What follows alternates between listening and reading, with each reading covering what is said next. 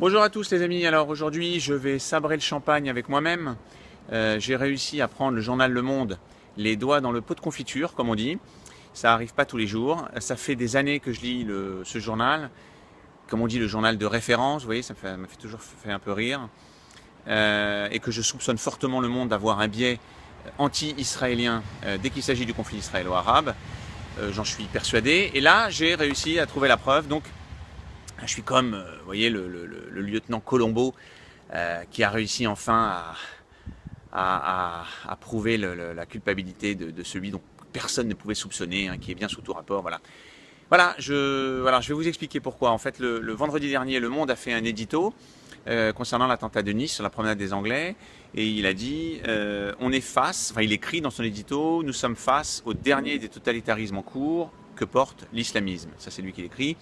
Les Mohamed Merah, les Médine Mouche, je cite, ceux qui ont frappé Charlie Hebdo, l'hypercacher, n'ont pas besoin d'évoquer des raisons stratégiques pour tuer des Français. Ils ont tué au nom d'une idéologie, d'une rhétorique djihadiste, ça c'est Le Monde qui écrit, hein, qui appelle à la lutte contre les infidèles, les juifs, dixit Le Monde, les croisés, un discours totalitaire donc, qui prône la guerre par tous les moyens contre les infidèles et les non-croyants. Voilà, ça c'est l'idéologie djihadiste. J'adhère complètement à cet édito, sauf qu'il y a juste un petit problème. Je n'ai jamais lu un édito similaire quand il s'agit du terrorisme anti-israélien. D'accord ? Quand des enfants sont tués, décapités, égorgés, ou qu'on leur tire dessus, des civils ainsi que des enfants, on entend, je lis jamais dans Le Monde un article pareil. Je lis toujours un article qui explique que les Israéliens sont des occupants, sont des colons. Cette violence s'explique entièrement par ça.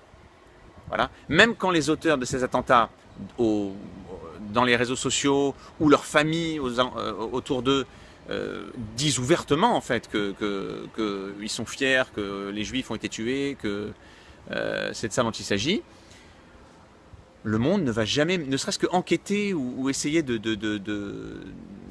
trouver en fait les raisons qui pourraient expliquer en fait, voilà, jamais en fait on se pose la question. Il ne peut pas s'agir d'islamisme dans ce cas-là, il ne peut pas s'agir d'islam, c'est impossible. Donc on finit maintenant avec l'édito qui a eu lieu il y a quelques mois. Il y a eu un terrible attentat au Pakistan dans un parc où il y avait plein de chrétiens qui fêtaient la Pâque, des familles avec des enfants, et les terroristes ont mis des bombes près des balançoires.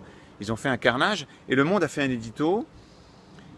L'édito, il dit ça en fait en partie. Il dit, donc je cite Le Monde, on parle trop de ces blessures on parle trop peu de ces blessures qui mutilent, qui traumatisent, qui défigurent, bref, qui ruinent autant de vies. Et je cite Le Monde, on contextualise trop le terrorisme. Fantastique, c'est fantastique. Le Monde a tout à fait raison d'écrire cet édito. On contextualise trop le terrorisme, ça veut dire, ça suffit de contextualiser, ça suffit de donner des excuses à des gens qui assassinent, qui massacrent des civils, c'est du terrorisme et rien d'autre. Il faut arrêter de le contextualiser. Mais que fait Le Monde, je vous pose la question, quand il écrit des articles à propos du conflit israélo-arabe? Que fait Le Monde?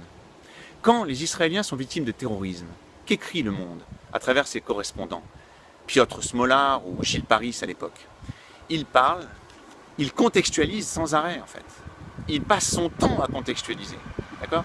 On égorge des enfants à Itamar, on décapite un bébé de 3 mois, vous aurez toujours dans l'article le colon, les occupants, vous voyez.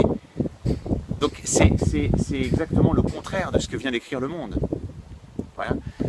On tue des enfants au Pakistan, il faut arrêter de contextualiser, il faut arrêter de donner raison et d'essayer de trouver des excuses aux talibans qui estiment lutter contre le pouvoir impie ou je ne sais plus quelle excuse, d'accord?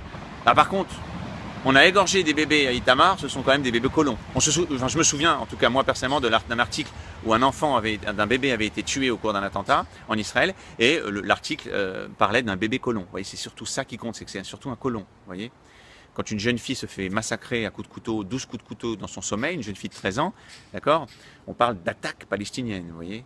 C'est ça en fait, hein, on essaie de contextualiser, les Palestiniens sont frustrés d'être occupés, vous voyez. Il y a beaucoup d'occupés sur cette planète. J'ai jamais entendu des occupés, j'ai pas entendu de Chinois de Tibétain pardon, qui va tuer un enfant chinois. Voilà, donc le Monde fait exactement l'inverse de ce qu'il écrit dans ses éditos de vendredi et l'édito qu'il avait écrit à l'occasion suite à l'attentat au Pakistan. Le Monde a raison dans ses éditos, on contextualise trop, mais le Monde ne fait que contextualiser quand il s'agit d'Israël. CQFD mes amis, le Monde est pris les doigts dans le pot de confiture. Je vais donc vous laisser sabrer le champagne avec moi-même et vous revoir très bientôt j'espère. Bye bye.